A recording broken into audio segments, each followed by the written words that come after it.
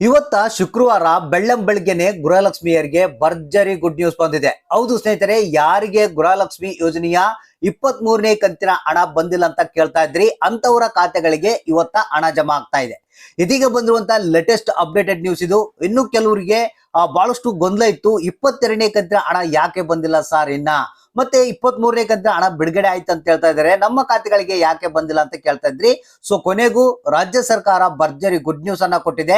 ಯಾಕಂದ್ರೆ ನಿಮ್ಗೆ ಗೊತ್ತಿರಬಹುದು, ಇದು ಒಂದು ಕಾಮನ್ ಆದಂತ ಒಂದು ಮಾಹಿತಿ. ಇಲ್ಲಿ ರಾಜ್ಯ ಸರ್ಕಾರದಲ್ಲಿ ಬಂಡವಾಳದ ಕೊರತೆ ಇರೋದ್ರಿಂದ ಈ ಒಂದು ಪ್ರಾಬ್ಲಮ್ ಎದ್ದು ಕಾಣ್ತಾ ಇದೆ. ಅಂದ್ರೆ ಕೆಲವರಿಗೆ ಹಣ ಬರೋದು, ಕೆಲವರಿಗೆ ಬರ್ದನೆ ಇರಬಹುದು, ಕೆಲವರಿಗೆ ಲೇಟ್ ಆಗಿ ಬರೋದು, ಕೆಲವರಿಗೆ ಜಲ್ದಿ ಬರೋದು, ಇದೆಲ್ಲ ಪ್ರಾಬ್ಲಮ್ ಆಗ್ತಾ ಇದೆ.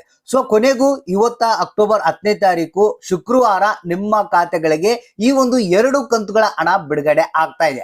ಅಂದ್ರೆ ಇಲ್ಲಿ 22ನೇ ಕಂತಿನ ಹಣ ಏನಿದೆ ಅದರಲ್ಲಿ ಕೆಲವರಿಗೆ ತಾಂತ್ರಿಕ ದೋಷದಿಂದಾಗಿ ಬಹಳಷ್ಟು ಮಂದಿಗೆ ಪೆಂಡಿಂಗ್ ಇತ್ತಂತೆ. ಆ ಒಂದು ಪೆಂಡಿಂಗ್ ಹಣ ಇವತ್ತ ರಿಲೀಸ್ ಆಗ್ತಾ ಇದೆ. ಹೌದು ಸ್ನೇಹಿತರೆ, ಈಗಾಗಲೇ 75% ಜನಗಳಿಗೆ 22ನೇ ಕಂತಿನ ಹಣ ಬಂದಿದೆ. ಅದರಲ್ಲಿ ಇನ್ನು 25% ಟೆಕ್ನಿಕಲ್ ಎರರ್ಸ್ ಅಂದ್ರೆ ತಾಂತ್ರಿಕ ದೋಷದಿಂದಾಗಿ ಪೆಂಡಿಂಗ್ ಇತ್ತಂತೆ. ಆ ಒಂದು ಹಣ ಏನಿದೆ ನಿನ್ನೆ ಸಂಜೆ ರಿಲೀಸ್ ಆಗಿದೆ.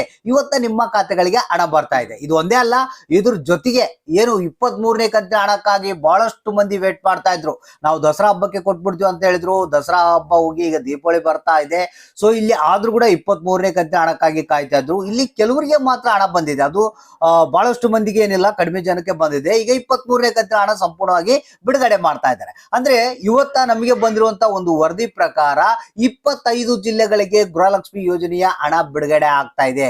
ಹಾಗಾದ್ರೆ ಬನ್ನಿ, ಯಾರ್ಯಾರಿಗೆ ಎಷ್ಟೆಷ್ಟು ಹಣ ಬರ್ತಾ ಇದೆ, ಇವತ್ತು 100% ಆಗಿ ಹಣ ಪಡಿತಾರಾ ಅನ್ನೋದ್ರ ಬಗ್ಗೆ ಲೇಟೆಸ್ಟ್ ಆದಂತ ಒಂದು ಅಪ್ಡೇಟ್ ಇದೀಗ ಬಂದಿರುವಂತದ್ದು. ಅದನ್ನ ತಿಳಿಸ್ಕೊಡ್ತಾ ಇದೀನಿ. ಪ್ರತಿಯೊಬ್ರು ಯಾರ್ಯಾರು ಹಣ ಬಂದಿಲ್ಲ ಸರ್ ಅಂತ ಕೇಳ್ತಾ ಇದ್ರಿ, ವೇಟ್ ಮಾಡ್ತಾ ಇದ್ರಿ ಹಣಕ್ಕಾಗಿ, ಅಂತವ್ರು ಈ ಒಂದು ಮಾಹಿತಿಯನ್ನ ನೋಡ್ಲೇಬೇಕು. ವಿಡಿಯೋನ ಪೂರ್ತಿಯಾಗಿ ನೋಡಿ, ಆದಷ್ಟು ಮಂದಿಗೆ ಈ ಒಂದು ಮಾಹಿತಿಯನ್ನ ಶೇರ್ ಮಾಡಿ. ಹೌದು ಸ್ನೇಹಿತರೆ, ನಿನ್ನೆ ತಡರಾತ್ರಿ ಸ್ವಲ್ಪ ಅಪ್ಡೇಟ್ ಬಂದಿರುವಂತದ್ದು. ಅಂದ್ರೆ ಈ ಒಂದು 22ನೇ ಕಂತಿನ ಹಣದ ಬಗ್ಗೆ ಬಹಳಷ್ಟು ಕ್ಲಾರಿಟಿಯನ್ನ ಲಕ್ಷ್ಮಿ ಹೆಬ್ಬಾಳ್ಕರ್ ಅವರೇ ಕೊಟ್ಟಿದ್ದಾರೆ. ಅಂದ್ರೆ ಕೆಲವೊಂದು ತಾಂತ್ರಿಕ ದೋಷದಿಂದ ಪೆಂಡಿಂಗ್ ಇರುವಂತ ಹಣವನ್ನ ನಾವು ರಿಲೀಸ್ ಮಾಡಿದ್ವಿ. ಅಂದ್ರೆ ಯಾಕೆ ಈ ಒಂದು ಹಣ ಹೋಗಿದ್ದಿಲ್ಲ ಅಂತ ವೆರಿಫೈ ಮಾಡಿ ಆ ಒಂದು ಲಿಸ್ಟ್ ಅನ್ನ ಮಾಡಿ ಹಣವನ್ನ ಬಿಡುಗಡೆ ಮಾಡಿದಾರಂತೆ. ಇವತ್ತು 100% ಆಗಿ ಯಾರಿಗೆ 22ನೇ ಕಂತಿನ ಹಣ ಬಂದಿಲ್ಲ ಅಂತ ವೇಟ್ ಮಾಡ್ತಾ ಇದ್ರಿ, ಅಂತವ್ರಿಗೆ 11.5 ಮೇಲ್ಪಟ್ಟು ನಿಮ್ಮ ಖಾತೆಗಳಿಗೆ ಈ ಒಂದು ಹಣ ಜಮಾ ಆಗ್ತಾ ಇದೆ. ಇನ್ನು ಮೇನ್ ಟಾಪಿಕ್ ಏನಪ್ಪಾ ಅಂತಂದ್ರೆ, 25 ಜಿಲ್ಲೆಗಳಿಗೆ ಇವತ್ತ ಒಂದು ಗೃಹಲಕ್ಷ್ಮಿ ಯೋಜನೆಯ 23ನೇ ಕಂತಿನ ಹಣ ಬಿಡುಗಡೆ ಆಗ್ತಾ ಇದೆ.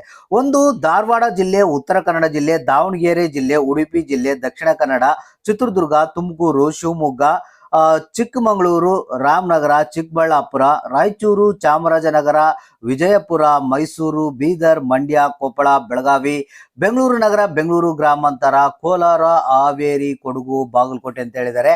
ಹೌದು ಸ್ನೇಹಿತರೆ, 25 ಜಿಲ್ಲೆಗಳಿಗೆ ಇವತ್ತ ಏನಿದೆ ಈ ಒಂದು ಗೃಹಲಕ್ಷ್ಮಿ ಯೋಜನೆಯ 23ನೇ ಕಂತಿನ ಹಣ ಬಿಡುಗಡೆ ಆಗ್ತಾ ಇದೆ ಅಂತೆ.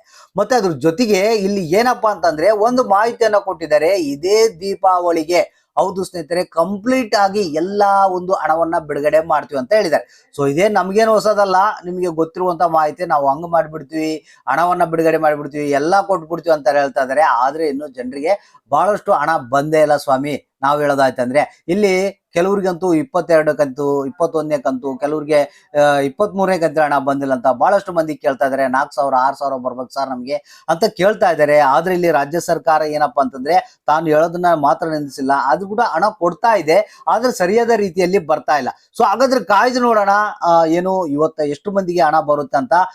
ಜಸ್ಟ್ ತಾಳ್ಮೆಲಿಂದ ವೇಟ್ ಮಾಡ್ತಾ ಇರಿ. ಯಾರಿಗೆ ಹಣ ಬಂತು, ಯಾರಿಗೆ ಇಲ್ಲ ಅನ್ನೋದನ್ನ ತಪ್ಪದೆ ನಮಗೆ ಕಮೆಂಟ್ ಮಾಡಿ ತಿಳಿಸಿ.